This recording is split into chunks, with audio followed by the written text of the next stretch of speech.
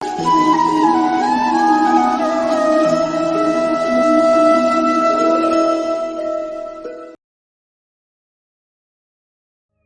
ब्रह्मा गुरु विष्णु गुरुदेवो महेश्वरा गुरु साक्षात परब्रह्म तस्मै श्री गुरुवे नमः। सदगुरु देवनाथ महाराज के श्री चरणों में प्रणाम करके आज की वार्ता को शुरू करते हैं। कैसे हैं मित्रों? मुझे उम्मीद है कि आप बहुत स्वस्थ, मंगलमय और आनंदपूर्ण होंगे। पिछला वीडियो था हमारा जिसमें हमने बात की थी मंगल के चतुर्थ स्थान के फल के बारे में, और उस वीडियो के बहुत अच्छे प्रतिसाद मुझे प्राप्त हुए, बहुत अच्छे फ़ोन कॉल्स आए। लोगों ने अपने कुंडली के अनुसार उस चतुर्थ भाव के मंगल को रिलेट किया और मुझे फ़ोन करके बताया कि आप जो बता रहे हैं वो उसमें काफ़ी सारी बातें हम रिलेट कर पा रहे हैं इस मुद्दे पर। तो यदि हम मोटे तौर पे देखें तो ये चौथे भाव का मंगल था जिसके बारे में लोगों ने बहुत सारा रिलेट किया। आज हम बेसिकली बात करेंगे सप्तम भाव के मंगल की।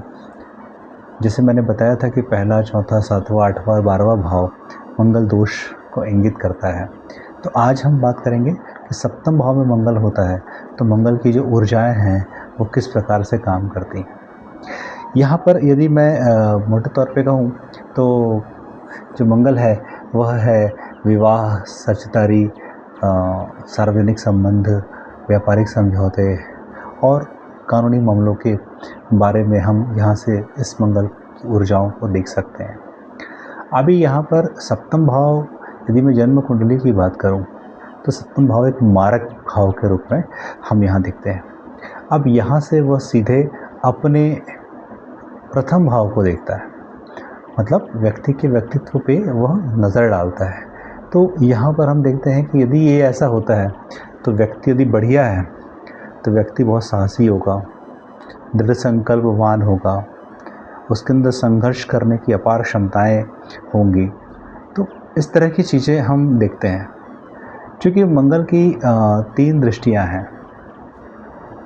तो पहली दृष्टि है चौथी दृष्टि। अब 7वें भाव में जब मंगल बैठेगा तो उसकी चौथी दृष्टि जाएगी दशम भाव पे, 7वीं जाएगी लग्न भाव पे और 8वीं जाएगी धन भाव पे।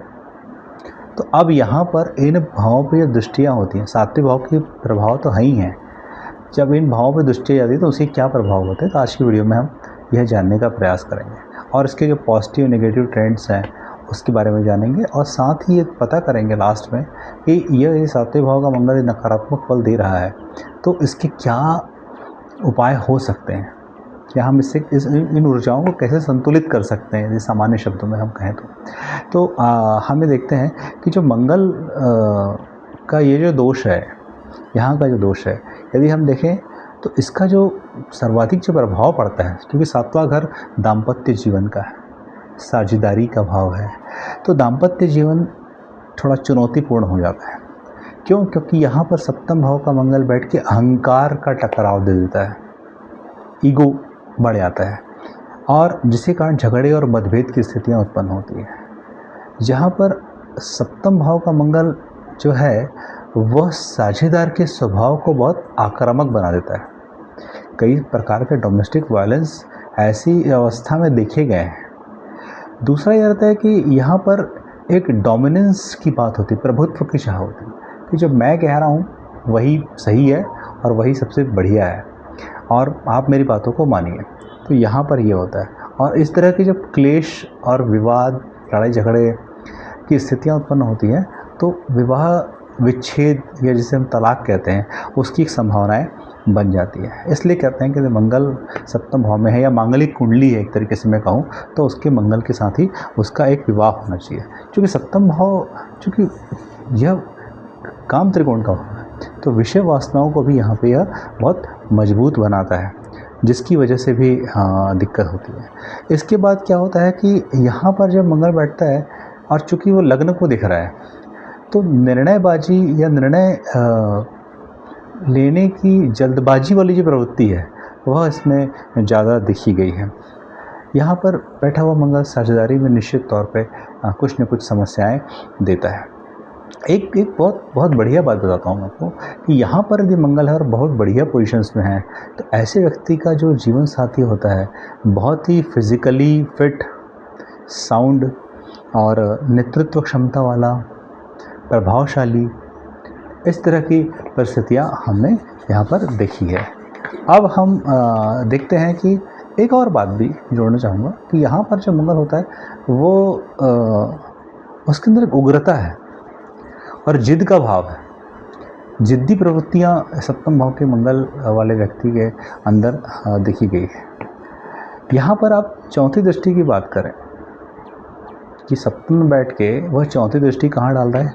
कर्म भाव पे डाल रहा है। अब कर्म भाव पे डाल रहा है तो यहाँ पर वो व्यक्ति को बहुत महत्वाकांक्षी बनाता है। ओवर एम्बिशियस जिसको हम कहते हैं, वह ओवर एम्बिशियस रहता है और वह अपने लक्ष्य को प्राप्त करने के लिए अत्यंत कड़ी मेहनत करता है, बहुत मेहनत करता है, मेहनती बनाता है यहाँ पर वो व्यक्ति को। लेकिन कार्य क्षेत्र में देखा जाए तो हमेशा क्योंकि मेहनती है, अपने लक्ष्य बड़े हैं, महत्वाकांक्षी है, तो ऐसी स्थिति में क्या होगा? ऐसी स्थिति में होगा संघर्ष, ऐसी स्थिति में होगा टकराव वरिष्ठों के साथ में, सहकर्मियों के साथ में, सबॉर्डिनेट्स के साथ में, क्योंकि उसको तो अपना अचीव करना है ना, बाय हुक बाय क्रुक उसको अचीव करना है। तो यह स्थिति है। और एक और बात है कि वह हमेशा यह कोशिश करता है, सप्तम भाव में मंगल बैठा हुआ व्यक्ति जिसकी दृष्टि दशम भाव पे जा रही है, वो कहता है कि उसको वैल्यू मिले।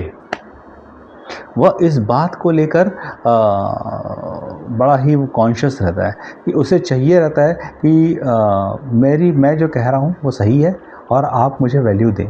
तो इस तरह का जो एटीट्यूड है वो यहाँ के मंगल पे हम देखते हैं। यहाँ पर उसके लिए इम्पॉर्टेंट पद होता है, प्रतिष्ठा होती है, क्योंकि दसवां भाव सामाजिक जीवन को भी दिखा रहा है। तो यहाँ पर उसके लिए बहुत महत्वपूर्ण हो जाता है उसका पद, जिस पद पर है या बड़ा पद प्राप्त करने की जो उसकी लालसा है वो होता है। और इसकी वजह से एक और बात सामने में आती है कि एक बहुत ही एक्सट्रीम इनसिक्योरिटी से भी यह व्यक्ति अपने जीवन में गुजरता है। तो यहाँ पर हम देखते हैं कि यह स्थिति है। दूसरा जो मैंने पहले भाव पे जो दृष्टि की, जो मैंने बात की कि यदि मंगल पहले भाव पे दृष्टि डालेगा, तो मैंने पहले ही आपको बताया कि इसे क्या ट्रेड्स हैं या क्या एट्रीब्यूट्स हैं जो मंगल के बारे में बताते हैं। ओवर एम्बिशियस होना, अपने आप पे ज़्यादा ध्यान देना, गुस्सा करना, जिद करना, संघर्ष की स्थितियाँ निर्मित होना। तो यह सप्तम भाव पे जब उसकी दृष्टि आती है तो इस तरीके का प्रभाव देखने के लिए सप्तम भाव लग्न भाव पे जब दृष्टि आती है तो ये इस तरीके का हम देखते हैं। दूसरा, जब इसकी दृष्टि हम देखते हैं कि यह अब इसकी एक और जो दृष्टि है, आठवीं दृष्टि है, वह जाती है धन के भाव पे, कुटुंब के भाव पे, वाणी के भाव पे, अर्थात दूसरे भाव पे। तो यहाँ पर क्या होता है कि यहाँ मंगल की दृष्टि यदि एफ्लिक्टेड मंगल है, थोड़ा प्रॉब्लमेटिक मंगल है, तो यहाँ धन संबंधी चुनौतियाँ आएंगी, अर्थात उसको धन संचय करने में दिक्कतों का सामना करना पड़ेगा। अचानक धन हानि होने की संभावनाएं बनेंगी, क्योंकि मंगल क्विक प्लैनेट है, वो बहुत जल्दी काम करना चाहता है। तो अचानक देने वाला प्लैनेट है, तो अचानक धन होने की संभावना यहाँ बन सकती है। चूँकि यह कुटुंब का भाव है तो माता पिता, भाई बहन, परिवार के अन्य सदस्यों के साथ भी एक मतभेद की स्थितियाँ यह निर्मित कर देता है। अच्छा है तो बड़े अच्छे संबंध रहेंगे, बड़ा प्रोडक्टिव रहेगा, सुरक्षा देने वाला प्लैनेट रहेगा। लेकिन यदि गड़बड़ है तो उनके साथ में, सभी के साथ में यह संबंधों को खराब करता है। अब चूँकि ये वाणी का भाव है, यहाँ पर जो मैंने ऑब्ज़र्व किया है, जो मेरे एक्सपीरियंस में आया है, तो सप्तम भाव का मंगल जो होता है वह डिप्लोमेट है। वह कितना सच बोलेगा इसका कोई गारंटी नहीं है। और कई बार देखते हैं कि इस भाव में दृष्टि होने की वजह से डिप्लोमेसी तो है, नम्रता भी है, लेकिन कई बार यदि एफ्लिक्टेड मंगल है, ज़्यादा ख़राब है, तो वाणी में कटुता आएगी, तीखापन आएगा, दूसरों को ठेस पहुंचाने वाली जो भाषा का जो प्रयोग है वह यहाँ पर देखा गया है। पर ये सब जितनी बातें मैं कह रहा हूँ, ये एक ट्रेड मैं बता रहा हूँ। संपूर्ण विश्लेषण तो पूरा कुंडली देख के ही हो सकता है। यदि इस कुंडली में लग्नेश अच्छा है, गुरु अच्छा है, शुक्र अच्छा है, तो मंगल के ये जो दुष्प्रभाव है यह ठीक हो जाते हैं। तो इस तरीके का है। तो सप्तम भाव का मंगल जैसा मैंने बताया है कि थोड़ा क्रूर है, थोड़ा आक्रामक है, पर पीड़ा में आनंद प्राप्त करने वाला जो व्यक्ति है। लेकिन यदि बढ़िया है तो पुलिस है, न्यायाधीश है, प्रशासकीय कार्यों में दक्ष व्यक्ति है, क्योंकि दशम भाव को देख रहा है चौथी दृष्टि से। तो ऐसी चीज़ें भी यहाँ पर देखने के लिए मिलती हैं। इसके अलावा हम थोड़ा सा और इसके बारे में जानने समझने का प्रयास करें तो मुझे लगता है कि जो सप्तम भाव का मंगल है वो व्यक्ति को एक अच्छा डिप्लोमेट बनाता है। बहुत सारे जो बड़े डिप्लोमेट्स हैं उनकी कुंडलियों में यह देखा गया है। तो मोटे तौर पे जैसे हमने जाना कि इसका जो प्रभाव है वो विवाह के स्थान पे है, विवाह पे है, साझेदारी पे है और कर्म के स्थान पर है, व्यक्ति की पर्सनालिटी को बढ़ाता है और सेकंड हाउस पे होने की वजह से धन संबंधी या कुटुंब संबंधी चीज़ों को भी यह देखता है। तो मोटे तौर पे ये हम एक बेसिक्स बात हमने समझी। अब यदि यह मंगल है तो कई बार मैंने देखा है कि जैसे विवाह के बारे में मैंने बताया था कि यहाँ मंगल है, तो वो कई बार विवाह में देरी होती हुई भी देखी गई है यहाँ पे। तो जिद करना, अपनी बात मनवाने की आदत करना, मनवाना, गुस्सा बहुत जल्दी करना, तो जो मंगल के जो ट्रेंड है वो इसी तरीके के हैं। यहाँ पर वो होता है अहम का टकराव, जैसे मैंने बताया था। तो ये एक दिक्कतें यहाँ पर हैं। तो इसका प्रभाव क्या होता है कि जब आदमी यदि व्यवसाय में है, यदि नौकरी में है, तो वहाँ उसकी लालसा है। लेकिन यदि व्यवसाय में भी है तो ऐसा कहा जाता है कि ऐसे व्यक्ति को अकेले व्यवसाय करना ज़्यादा बेटर होता है, ना कि साझेदारों के साथ। यदि मंगल अच्छा है तो साझेदारी बहुत अच्छी निभेगी, नहीं है तो साझेदारी टूटेगी, विश्वासघात का सामना करना पड़ेगा, कानूनी विवाद में फंसने की संभावनाएं भी यहाँ पर बनेंगी। पर मंगल जब अच्छा है तो व्यक्तित्व बहुत आकर्षक होगा, तेजस्वी होगा, मंगल सेनापति है, मजबूत इच्छा शक्ति होगी इस व्यक्ति की, कुशल नेतृत्व करता होगा, रिश्तों को बहुत ही बेहतरीन तरीके से संभालेगा। और जब ये जहाँ भी जाएगा, मतलब एक ऐसा व्यक्ति है ये कि यदि दोस्त लोग पिकनिक पे जा रहे हैं तो उसकी प्रेजेंस को हमेशा वो फील करेंगे, यदि नहीं आएगा तो मिस करेंगे। तो इस तरीके का व्यक्ति है। अब यदि ये मांगलिक दोष हमारी कुंडली में दिखता है, कुछ उसके नेगेटिव ट्रेड्स हमें दिखते हैं, करना क्या चाहिए? जैसे मैंने अपनी पिछली वीडियो में बताया था कि हनुमान जी, मंगल का जन्म है हनुमान जी का। यदि हनुमान जी की साधना करते हैं, उनको हनुमान चालीसा बोलते हैं या बजरंग बाण बोलते हैं या संकट मोचन बोलते हैं या ओम हम हनुमते नमः का ये जाप करते हैं, तो ये एक बेहतर ऑप्शन इनके लिए हो सकता है, हनुमान जी की पूजा। इसके अलावा सप्तम भाव का जो मंगल है उसके लिए मुझे लगता है कि शिव पार्वती उपासना का भी एक महत्व है कि यहाँ पर चूँकि सप्तम भाव साझेदारी और विवाह संबंधित है, तो शिव पार्वती का उपासना भी यहाँ के मंगल दोषों को कम कर सकता है। इसके अलावा यदि मैं देखूँ तो बजरंग बाण पढ़ें, मंगलवार का व्रत रख सकते हैं, चूल्हा चढ़ाने का एक बड़ा अच्छा इसका है। तो इसके अलावा मैं बोलूँ तो जैसे मैंने पहले ही बोला था कि मूंगा धारण कर सकते हैं, रेड जेस्पर धारण कर सकते हैं, रोज़ क्वार्ट्स धारण कर सकते हैं। पर मुझे लगता है कि पहले पूरी कुंडली का विश्लेषण करा जाए, उसके बाद ही ये रत्न का धारण करें। दान में जैसे मैंने मंगल के लिए जो दान होते हैं वो सभी प्रकार के दान इसमें किए जा सकते हैं। जैसे मैंने पिछली वीडियो में बताया कि मंगलनाथ में जाइए उज्जैन में, वहाँ पे भात पूजा कराइए, वो एक बड़ा ही अच्छा उपाय और आपकी ऊर्जा को संतुलित करने में बहुत मदद कर देने वाला उपाय है। शिव आराधना, जैसा मैंने बताया, शिव पार्वती आराधना का ये बड़ा महत्व है। यदि हम लाल किताब की तरफ देखते हैं तो यह बताता है कि मीठी चीज़ों को पानी में बहाना चाहिए।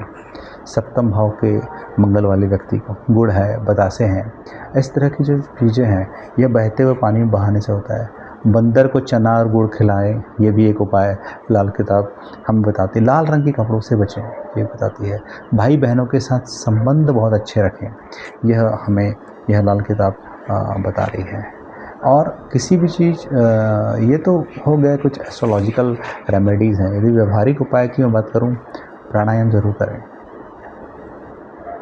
गुस्से और क्रोध पर नियंत्रण रखें, किसी भी बात में तुरंत प्रतिक्रिया देने से बचें यदि इस स्थान पे आपका मंगल है तो। इसके अलावा मैं कह सकता हूँ कि अनावश्यक बहस ना करें किसी से भी। वाणी को थोड़ा सा सौम्य और मधुरता पूर्ण रखने का प्रयास करें। वैसे बहुत मुश्किल होगा पर कोशिश की जा सकती है। जीवन साथी को पूर्ण सम्मान दें। तो ओवरऑल देखें तो ये कुछ बेसिक व्यवहारिक उपाय मैंने आपको बताए हैं। कुछ एस्ट्रोलॉजिकल रेमेडीज़ बताई हैं, कुछ ये जो रेमेडीज़ बताई हैं। मैं मानता हूँ कि मंगल एक शक्तिशाली एनर्जी है, ऊर्जा है, इसको संतुलित करने का प्रयास है। लेकिन यदि इस ऊर्जा को सही दिशा नहीं मिली तो ये संघर्ष और टकराव जैसी स्थितियों को निर्मित कर देता है। तो मुझे लगता है कि इन सब बातों का भी ध्यान रखते हैं। जो मैंने आपको कुछ चैलेंजेस बताए, कुछ पॉजिटिव चीज़ें बताई और कुछ एस्ट्रोलॉजिकल रेमेडीज़ आपको बताई और कुछ व्यवहारिक उपाय बताए। यदि आप इन सब चीज़ों को अपने जीवन में शामिल करते हैं, ध्यान रखते हैं, तो सप्तम भाव का मंगल निश्चित ही उसकी जो ऊर्जाएं हैं वो आपके जीवन में एक सकारात्मकताएं लेकर आएंगी और आपको एक ऊर्जावान बनाएंगी। आप यदि आपको ये अच्छा लगा हो, मुझे तो बहुत अच्छा लगा आप लोगों से इस जानकारी को साझा करते हुए मैं अच्छा महसूस कर रहा हूँ। आप लोगों ने मुझे मेरे इस पूरे वीडियो को बहुत धैर्यपूर्वक सुना, देखा, इसके लिए आप सबका हृदय से बहुत बहुत आभार, बहुत बहुत धन्यवाद।